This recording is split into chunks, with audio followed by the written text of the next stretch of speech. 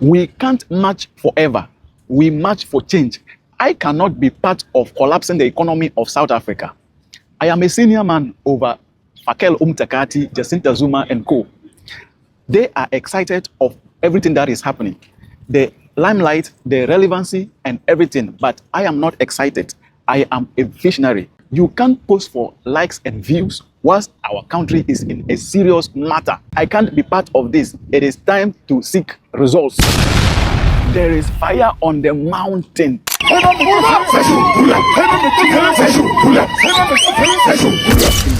Take a deep breath.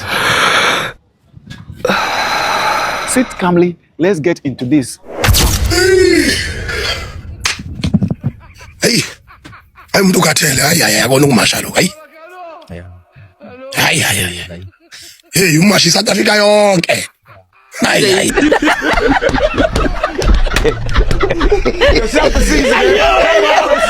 Ngwe Umunchunu versus March and March. Jacinta Zuma versus Ngwe Umunchunu. Ngwe Umunchunu, one of the leaders of this movement, March Against Illegal Immigrants in South Africa, has just disassociated himself from March and March with a very tangible reasons. Very tangible reasons. As much as we can march forever.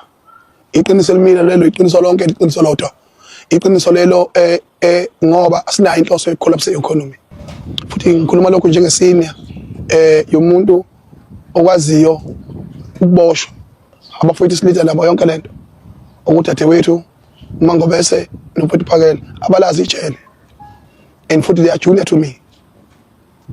They are excited about every situation, limelight, relevancy and everything. So where someone is weaker, someone has to protect each other. Someone has to elevate each other. So this is the position I'm taking. And on social media platforms, they may be there to say whatever they want to say because of the likes, because of the relevancies, because of abantu befuna ukuthi bahole egcina ngosuku ama views. So the country is not about views. The country is a very serious matter. We are serious about reparating. I have said it earlier that the difference between these people marching on the streets saying that we are taking over our jobs, we are fixing our country, is that some of these people are marching for their personal gains. They have their personal goals that they are marching for. Others are also marching for political gains. So those of them marching for their personal gains have now come to realization that their actions are causing more harm than good. Meanwhile, those marching for political gains are still on the street marching, causing problems, messing up the country until after the elections. Then they will also come out and say, we have quit. Like Ngwe Umunchunu has come out clearly. And I already told you that. Fakel Umtakati, Ngwe Umunchunu and co., those who met President Cyril Ramaphosa before the 30th of June march, those guys, their goals were already achieved. You see, they have already achieved their goals of all this march and all those things. And he's perfectly right because, and I have said it, you cannot keep on marching on the street if you don't have a different intention. You cannot keep on marching on the street whilst looting continues to be happening. See, you cannot keep on marching on the street like that. So what are your goals? What is your goal for the march? It means that you don't have goals for the march or what? And he's right. It is time to seek for results. And the result that is out there is very bad. That is why this guy has come out openly to say it. The result of looting is skyrocketing.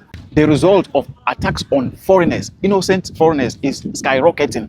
The result after taking over the jobs, after taking over the shops, the result of the South African locals' refusal to go for this job is also skyrocketing. You see? So this guy, actually, he's right. He's a visionary. He has realized that, no, this thing we are doing is rather causing more harm than good because employers are crying. The economy is in a mess because of their actions and all that. I don't care whichever reasons why he has quit, but as far as this campaign against xenophobia is concerned, the reason that he gave on social media that he's quitting is very, very tangible. It's very reasonable. And that is actually the reality on the grounds. So I applaud him for that. I applaud him for that. At least some of them are coming back to their senses that this thing we are doing is causing harm than good. They are realizing that this thing that they are doing, it is actually messing up, it's actually collapsing the economy of their country. Instead of fixing it, it is rather destroying it. It's rather destroying their country and all that. Now let's go to Ghana. The government of Ghana is successfully evacuating all Ghanaians who have voluntarily registered to be evacuated to Ghana. due to xenophobic attacks in South Africa and all that. Ghana's Foreign Affairs Minister, Honorable Samuel Okudzeto Ablakwa, the man whose head shines like his brain, has also assured all Ghanaian returnees from South Africa who have lost their properties, their businesses back in South Africa as a result of this xenophobia and all foreigners must go and all that. He has assured them that they are likely to receive a compensation from the South African government as talks and legal processes are being done to make sure that they all receive compensation of their losses and all that. Assure you that those of you who have left behind properties, you've left behind shops, valuable assets, we continue to engage with the South African authorities, and we have put together a legal team. You are aware of our petition at the African Union, and we are going to explore all available channels to make sure that this clear violation of your fundamental human rights, the deprivation of your properties, your life investments, that you are well and duly compensated. On looting, the videos that I am seeing on social media right now, it is no more looting, it is typically stealing, because there are two different ways altogether. You know, looting is the way some of these people are taking advantage of this march on the street, okay, to loot or to steal things from the shops and all that. But bro, what I am seeing right now is really bad. It's totally different. People can just walk to shops, to cars, start breaking in and stealing and removing the items and all that, all in the name of foreigners must leave our country. Also, the pressure on employers to lay off foreign workers and employ locals, it is now becoming like a tug of war. Please, nobody is going to work here up until you fix the things that we are asking you to fix. Do you hear? Nobody's going to work here. Yeah. Up until you are not going to operate this workplace. All the people here, guys, we are closing shop. You can all go home. This lady told you that you are not allowed to work anymore. Do you hear that? That's the way. Did you hear that? You are interpreting it wrong, but continue to interpret it like that. So I'm going to give you a notice. So bring an interpreter. Up until you fix the things that we want you to fix. This workplace is not. Bring an interpreter, because we don't seem to understand each other correctly. You will understand me very well in the notice. Bring an interpreter. Then we will understand. Make an appointment, show me the documents, tell me what you want, and bring an interpreter, because I don't understand you. Sorry, guys. Sorry. I've had a lot of prejudice from government people, and they are killing me with prejudice. We can't work. We can't take care of our families because of government people. No. You don't want to speak to We can make an appointment. I can see what you are going, and I thank you for that, and we will talk, but now I've got something to sort out.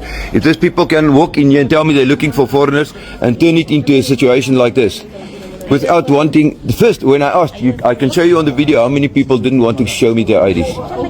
I've got no idea of proof that these people are the people who they say they are. I've got no papers.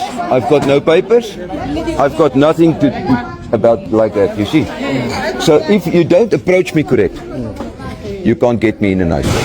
Okay. You must make an appointment, show me the documents. I will work with you, but work with me with manners first. If you don't do that, we are not going to work together. I'll close the shop. Okay, guys, we are closing. You can go to your stations, clean up. We are closing shop. This shop is finished. These people told us that we are not allowed to work anymore. These people who doesn't want to identify themselves. So, please excuse me. You see what they are doing. I gave you my Spectre card. What more do you want from me? Papers of what you're doing here? Or your name? Why didn't you identify yourself when you came here? Why didn't you identify yourself? Why were you hiding in the back and sending another lady to tell me that you're looking for foreigners? Because you are playing you're playing a game, my bro. You're playing a game. Listen, everybody who's playing the game with that guy who was in the back, who sent a lady to the front to tell me that she's looking for foreigners, who didn't want to identify herself, this one. So, listen nicely. Listen nicely. If you come to my place, if I come to your place, to your house, I'm saying, hello, Mama. My name is Andries. How are you, Mama? Mama, if you have time to talk to me, can we please make an arrangement? I want to come and see you regarding this and that and that. That is a good manners. That is a good manners. That is good code of conduct. You studied it when you go to your college or wherever. Harassment. Yes, this is harassment. And you're obstructing my business. Guys, hey guys, where's my people? Hey, the people of here. If you want to get at least your pay for the day, go to your stations, clean it. We are closing shop because of government. No, you came to me pointing a finger at me. Yes, now. Yes. I'm listening to you now. Do you have your employment card? Sir, do you have your employment card here? Sir, can you please receive the notices? I'm here to serve you with the Do notices. you have your employment card here? Do you have any documents to tell me why you are here?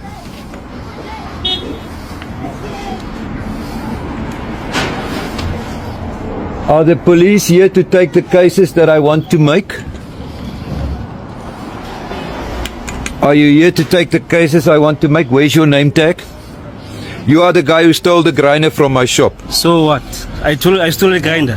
What are you doing at my shop again? I took what you stole Leave from my others. shop.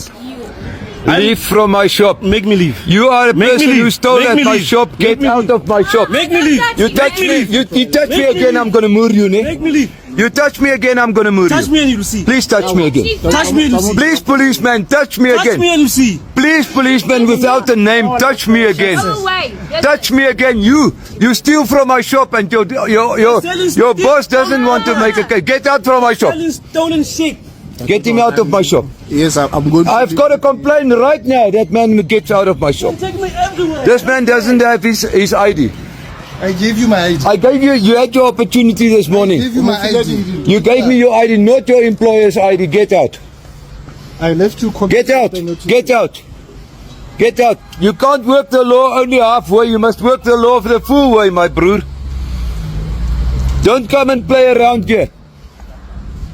This is not your playing grounds. It's not your school. It's not your 30% pass rate stuff here. The South African Deputy Minister of Labour, together with Deputy Minister of Home Affairs, were also on the field doing some inspections and all that. Let me introduce myself. My name is Jomo Sibia, the Deputy Minister of Employment and Labour. This is the Deputy Minister of Home Affairs. Who is the Mayor? This is the Mayor of Fredson. Let me tell you. No, I don't need your hand. Let me tell you. This. We've got the right. We don't have to tell you and ask you. As the Department of Employment and Labour, we can come to any workplace without announcing ourselves, or we can tell you that we are coming. And we have no right to stop us to come into your company. Already you are breaking the law yourself. And then you are telling us about trespassing. We tried to explain ourselves to you. You told about you became arrogant, and it's wrong to do that. You can't stop us from coming to your workplace. It's our responsibility by law, by constitution. So what you have done already is wrong. So as I'm saying to you, who's in charge of the company currently?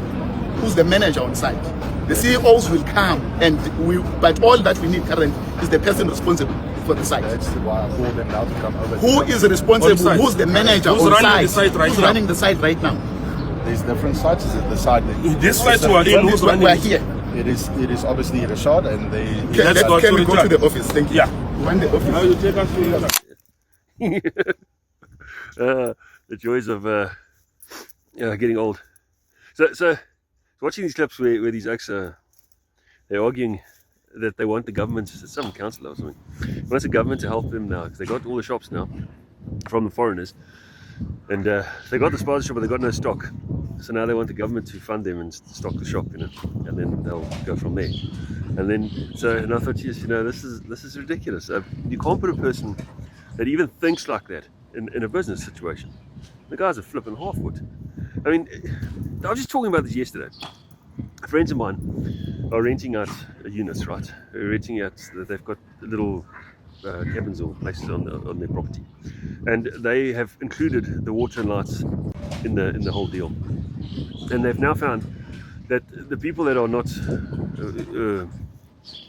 not concerned, you're not paying the bill, so you don't worry about the heaters. So the heaters go on. They went into the one oak's house, he had some other issue, and they went in there and there's heaters in every room, big bar heaters. They found that some of them are washing the car and the tap's just running, and it's, if you don't pay for it, be wasted. That is a fact. There's nothing. So if the government's going to fund these shops, it'll all just be wasted.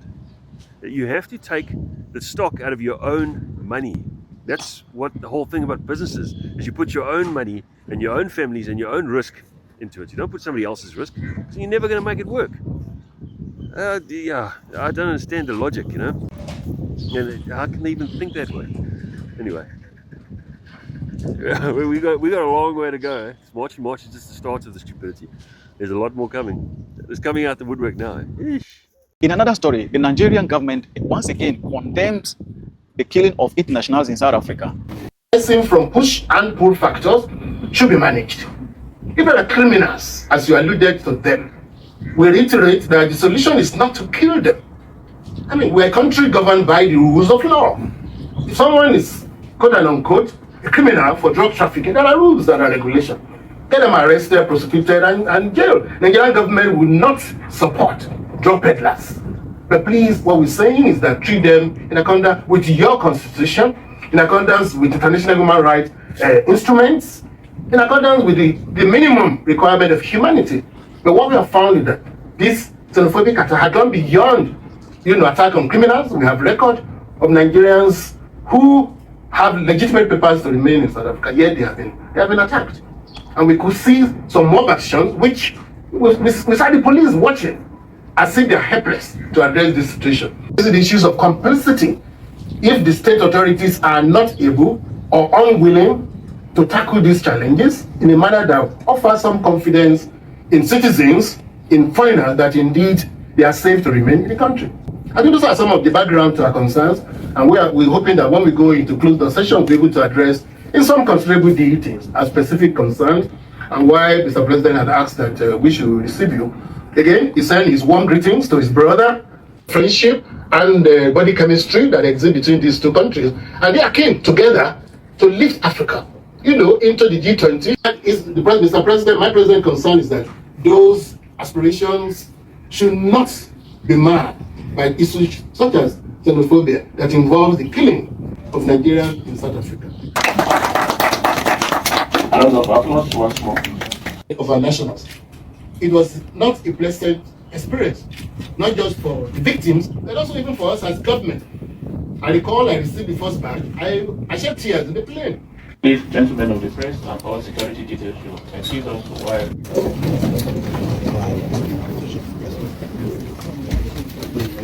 returning home almost with nothing.